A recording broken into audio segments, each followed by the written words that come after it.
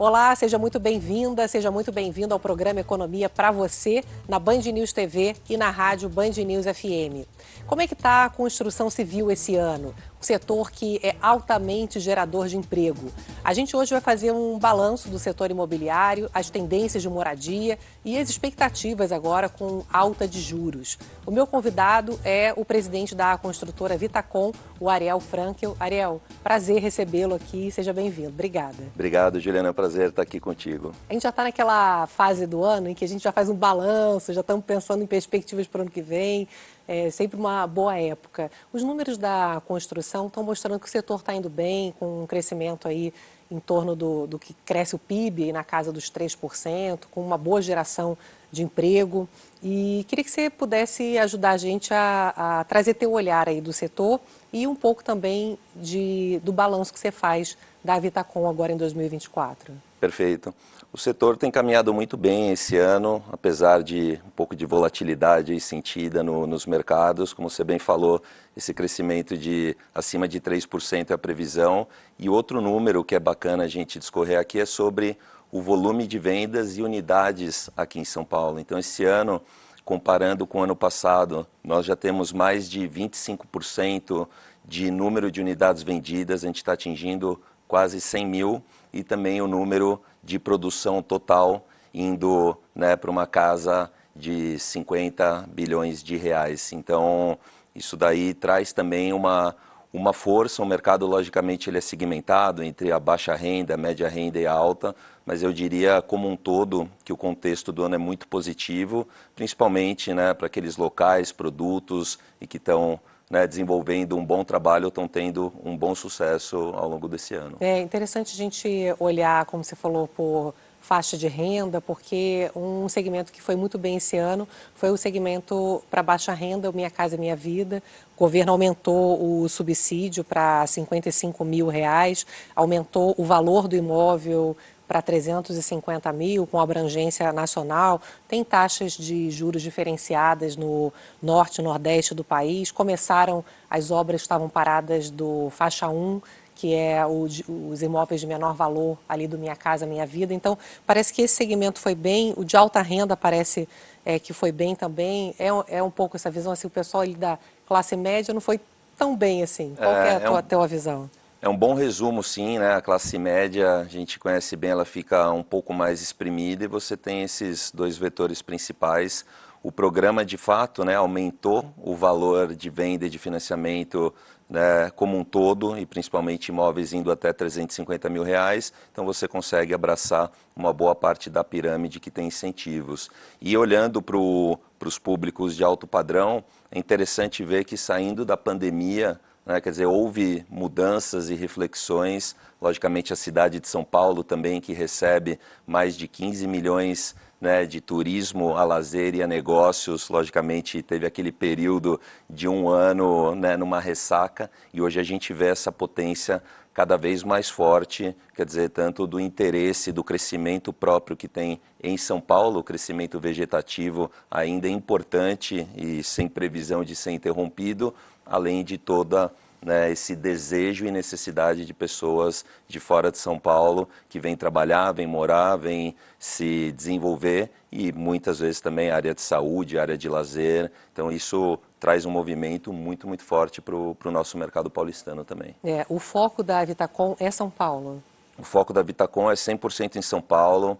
A Vitacom nasceu de um propósito muito claro, que era endereçar uma questão gravíssima de mobilidade urbana. O paulistano, naquela época, 15 anos atrás, levava quase 3 horas entre seus afazeres e deslocamento, e obviamente só piorou, isso não está se melhorando.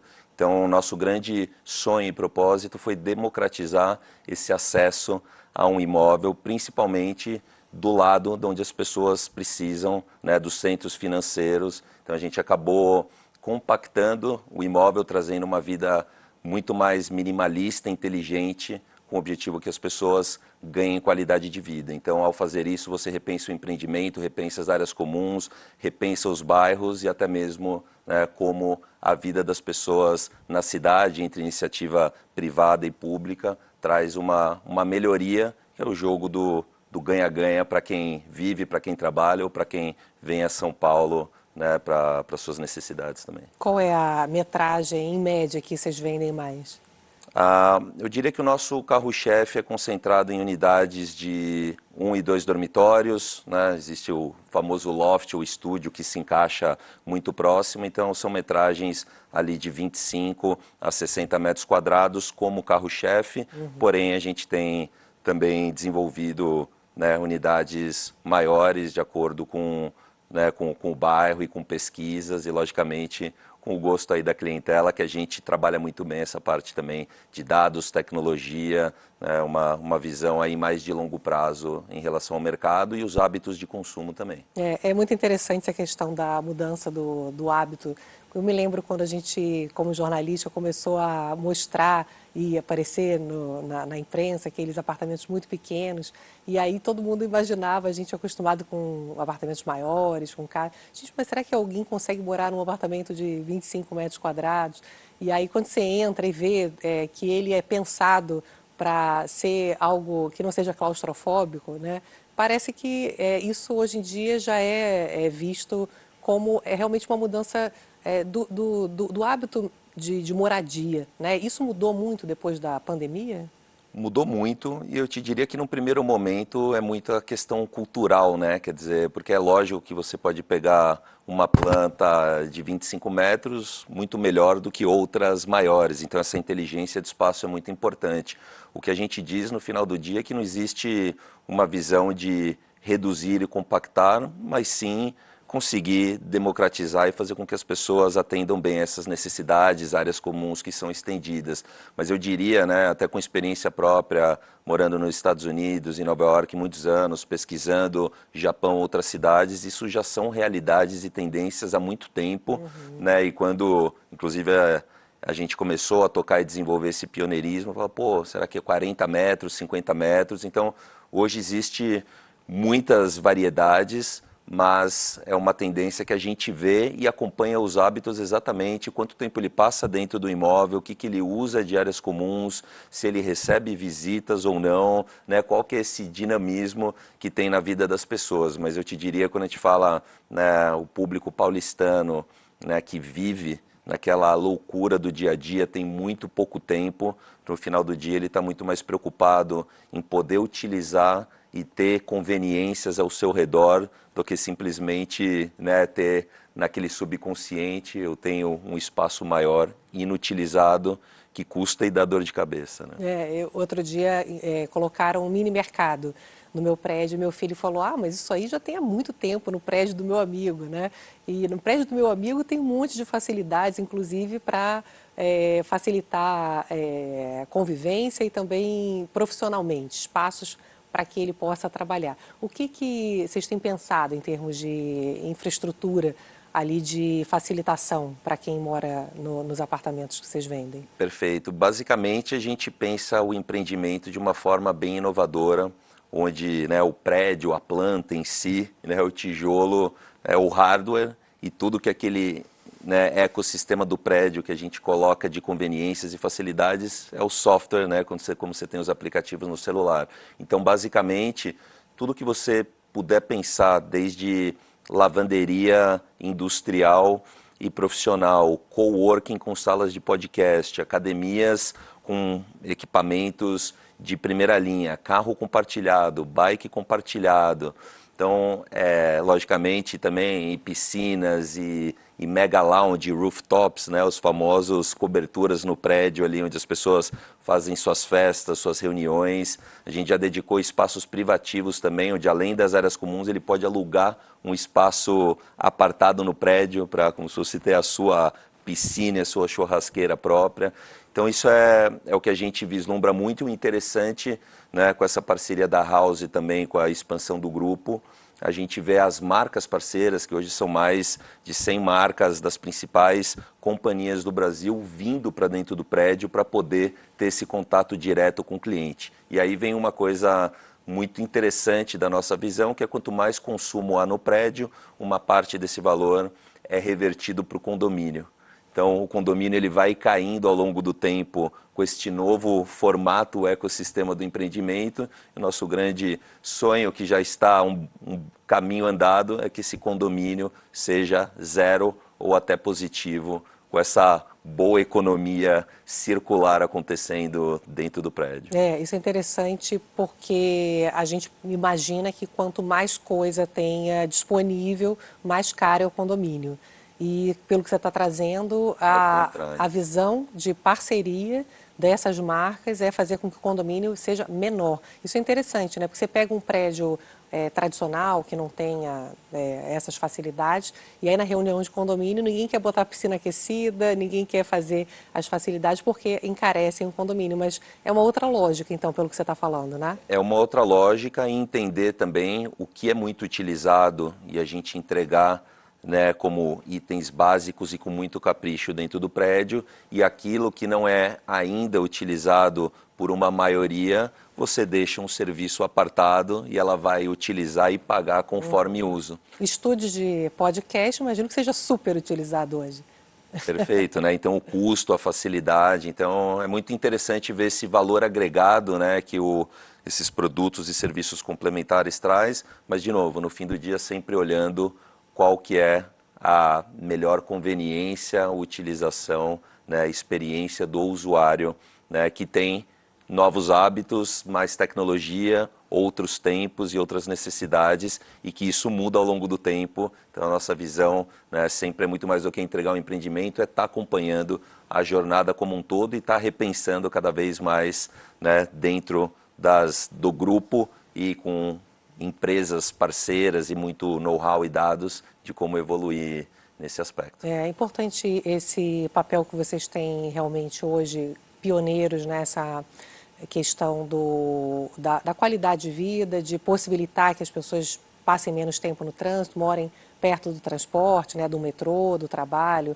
Você está falando aí de qualidade de vida e também de redução de déficit habitacional. É muito grande ainda no Brasil, né, Ariel?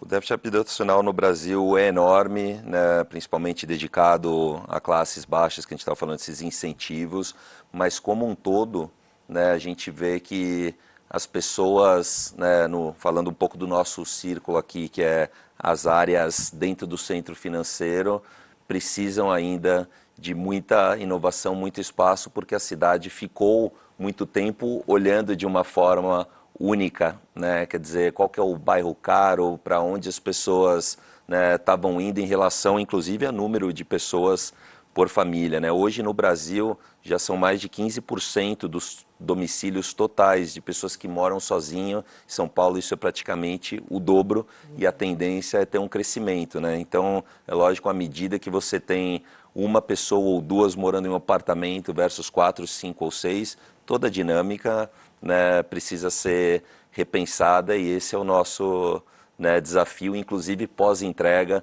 para aqueles que precisam de ajuda para mobiliar o apartamento ou para alugar ele ou eventualmente revender numa maturidade. Vocês também têm esse trabalho, né? Todo esse trabalho. Que é o que você comentou, que é uma outra empresa irmã da Vitacom, que é a House, né? Perfeito. E a pessoa que queira investir, por exemplo, ou alugar em algumas situações, tipo, vai visitar os pais nas férias e quer fazer uma renda extra. E aí como é que funciona a House? Basicamente o grupo ele é todo verticalizado hoje, então desde a compra, desenvolvimento, construção e venda, né? Então a gente está falando da originação, né, do mercado de construção e incorporação até a entrega. E aí onde a gente, né, acabou fazendo o spin-off da House, que hoje é uma das, né, principal nome como uma PropTech aqui no mercado, que olha tecnologia, dados e serviços, com mais de 200 mil imóveis sob gestão, onde a Vitacom é mais um desses clientes, e o olhar basicamente é pensar nessa jornada pós-entrega, né? Então, tanto nos serviços acoplados no prédio, né, o AppSpace, onde tem todas essas dezenas de marcas e serviços paralelos, e principalmente olhando para aquele, né, usuário ou o detentor da unidade que precisa de mobiliar, precisa de alugar, né, momentos precisa vender. Então a gente entra com toda, né, esse pacote de serviços que é um olhar a longo prazo, pós-entrega, bastante único e pioneiro ainda no mercado, mas que, graças a Deus, está crescendo, né? Isso traz mais facilidades, traz mais liquidez para o mercado imobiliário, que, né, comparando até com o mercado financeiro, tem uma pista enorme de como trazer cada vez mais produtos e serviços e facilidades que tornem o mercado ainda mais forte. E o plano diretor aqui de São Paulo, ele contribui para essa expansão? Interessante, né? A gente viu esses últimos 6 a 12 meses, até o mês de junho, calorosas discussões do plano diretor. Nós, particularmente, ficamos bastante contentes e animados, porque, mais uma vez, o penúltimo plano já tinha ido nessa linha, mas tem muitos pormenores, que é o adensamento de locais já, né, já estabelecidos, principalmente a nível de transporte público e a nível de comércio, centros financeiros. Então, basicamente, o convite para aquelas pessoas que se utilizam desses centros principais de São Paulo, de estarem ali do lado para ter uma cidade, né, mais amigável, onde você possa ir a pé, numa estação de metrô, de bike, ao invés do que deslocar esse cliente, levar ele para longe e depois repensar como vai ser o deslocamento e quais serviços, né, e se é que tem todos os serviços ali. Então, basicamente, ele faz isso e trouxe facilidades também, que não necessariamente você precisa ter a vaga de garagem, você tem uma flexibilidade maior para definir o empreendimento de como você quer. Antigamente tem algumas exigências ou incentivos tão fortes que forçava você a fazer um empreendimento de um jeito não necessariamente na tua melhor visão, e isso também foi bem impactado. Então, para o setor como um todo e, logicamente, para o cliente que vai acabar tendo produtos, né, melhores na nossa visão, foi um grande avanço para a cidade, que passa a olhar para esse tema de urbanismo, né, que é o planejamento, o pensamento, né, tanto de mobilidade, tanto de, né, de transporte e outras conveniências importantes, que acaba tendo uma melhoria muito boa. O pessoal que está aí acompanhando a gente aqui na TV, na rádio, pensa, bom, todo mundo quer comprar um imóvel, ainda é um sonho do brasileiro ter sua casa própria. Agora, há uma preocupação de ter dinheiro para pagar esse imóvel. Obviamente, a renda média do brasileiro é baixa e agora o financiamento ele está mais difícil. A entrada tem que ser maior, os bancos estão pedindo 30% em média aí de entrada, que é um valor alto para quem vai comprar um imóvel. O quanto que isso pode atrapalhar daqui para frente, porque essa questão foi modificada agora recentemente, né, de ter que dar uma entrada maior por conta de uma falta de funding, né? Pelo que eu entendo, poupança está tendo muito saque, né? Na verdade, sem dúvidas, na medida que você tem uma mudança da taxa Selic, principalmente, né, a tendência é o custo de capital, né, tanto do setor e, logicamente, para o, né, pro mutuário, para aquele tomador, né, tende a ter alguma mexida. Mas a gente vê com bons olhos, primeiro porque essa mexida a gente considera ela relativamente pequena, tanto no que corresponde à taxa de juros e ao repasse. E essa questão de taxas ou percentuais varia muito de banco para banco, né? E hoje o mercado ele evoluiu como um todo. Hoje você tem tanto bancos tradicionais, bancos menores, você tem outras startups de crédito, as próprias construtoras fazendo linhas mais alongadas e planos de pagamento. Então eu te diria que a gente não vê ainda como uma preocupação. Afeta um pouco, mas não de forma significativa. Exato. O contexto principal, né, onde a gente olha o índice de confiança do consumidor, ele está num dos principais níveis e acaba sendo um misto entre necessidade dele, poder de compra, visão, né, de curto, médio prazo. Isso hoje está bastante forte e, logicamente, a gente espera e trabalha também que essa taxa de juros e a economia como um todo, né, com os trabalhos devidos aí que a iniciativa pública também precisa fazer, né, que a gente tenha uma manutenção e melhora olhando aí o curto, médio prazo, já que o nosso ciclo é longo e, consequentemente, torne o nosso mercado, né, essa confiança cada vez maior para que as pessoas possam se planejar e fazer compras, né, bem feitas, onde, né, o que você comentou desses 30% ou não, ele pode acabar variando e jogando até a favor para quem se planeja um pouco mais. E tem um valor que vocês vendem mais hoje de imóvel? Eu te diria que o nosso ticket médio, né, que a gente gosta de chamar, ele está na faixa de R$ 450 mil, ou seja, um valor bastante, né, ainda acessível, né, considerando que você tem um plano de pagamento para isso acontecer. E como carro-chefe, além desse ticket médio, a gente acaba navegando entre 299 mil até 2, 3 milhões, tendo até outros tipos de oportunidade, mas esse é o nosso grande carro-chefe aí. E tem um perfil, Ariel, que procura a construtora? A gente tem um perfil muito trabalhado e ele foi muito amplo. Sabe, quando a gente começou, muita inovação, muita tendência, o público jovem acaba vindo antes, né, tanto para adquirir como investimento ou como uso.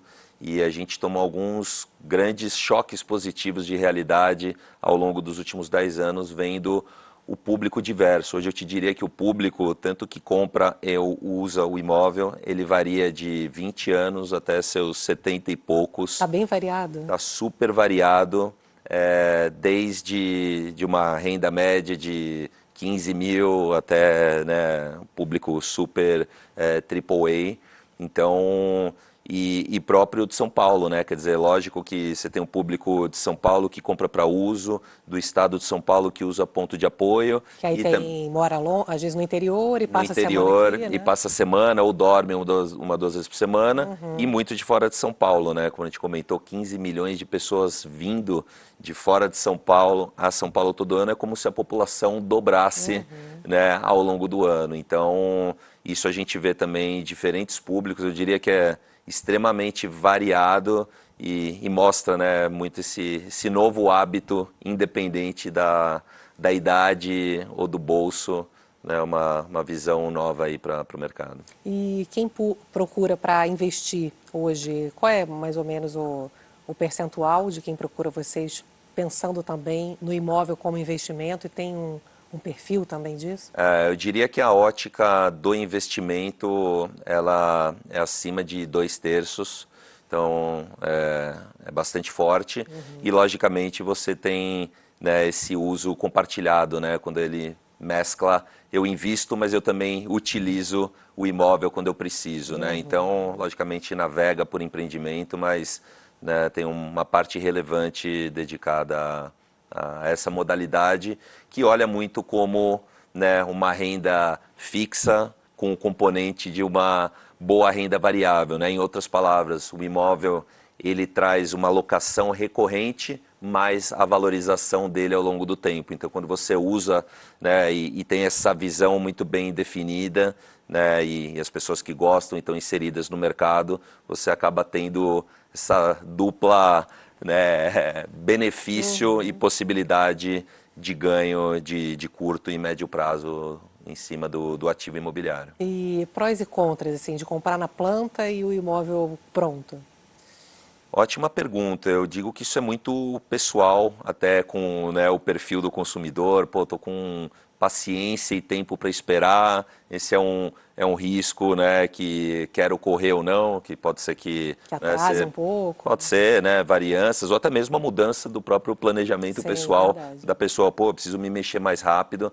Mas em geral eu te diria que os imóveis na planta, né, no desenvolvimento, eles sofrem uma valorização bem maior, logicamente, porque você, né, tá pegando uma coisa nova e consegue se planejar ou fazer uma compra com maior custo né, de oportunidade, um benefício futuro. Normalmente você tem uma valorização maior do seu investimento, Você tem uma né? valorização maior do investimento, né? Então, principalmente onde você pega empreendimentos e locais muito bem sucedidos, quando você vai comprar um imóvel pronto, se o empreendimento já foi um sucesso, você vai ter poucas unidades e que já sofreram a valorização, né? Então, isso que é importante sempre para o telespectador também entender, né, a áurea de sucesso do empreendimento, né, quanto tempo ele lançou, quanto tempo ele está entregue, qual foi a valorização, o volume de vendas, e logicamente isso é o que vai fazer ele tornar, né, uma boa decisão né, para o investimento e para a ótica e o objetivo dele.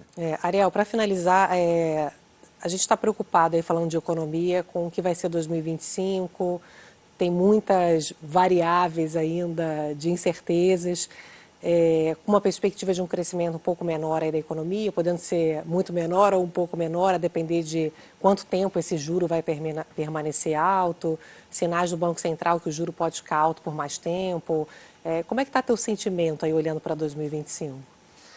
Sabe que o Brasil, essa volatilidade, né, ela é muito recorrente, a gente aprendeu a trabalhar muito bem com isso. Eu te diria que a principal visão nossa é fazer a nossa lição de casa muito bem feita em termos de planejamento, em termos de diferenciação, e a gente está muito otimista, né? Porque se a gente olhar o 24, que a gente falou um pouquinho, o próprio 23, que já foi um ano muito positivo, um dos melhores também para o mercado, e agora está sendo melhor ainda, esses pontos, essas dúvidas, seja de juros ou confiança do consumidor, é lógico que pairava também sobre nós, sobre o setor, e acabou tendo grandes surpresas. Então, a nossa visão é de muito otimismo, até porque, né, a gente entende que não serão todas as mudanças feitas e no tempo esperado, mas o direcionamento e a ótica para onde deve ir, inclusive desde visão pública e privada, parece ter um esforço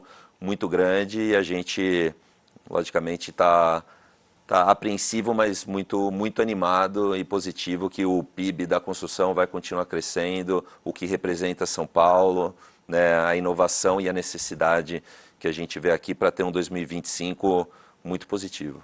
Que bom, Ariel. Tomara. É isso, temos que acreditar e também fazer a parte, né, que cabe principalmente aí nesse latifúndio. Exato. Ariel Frankel, presidente da Vitacom, prazer enorme te receber. Obrigada aí pela conversa. Prazer estar com vocês e obrigado a todos os ouvintes também. Obrigada. Muito obrigada a você por estar sempre aqui comigo no Economia para você. A gente se vê semana que vem. Tchau. Você ouviu Economia para você, na Band News FM.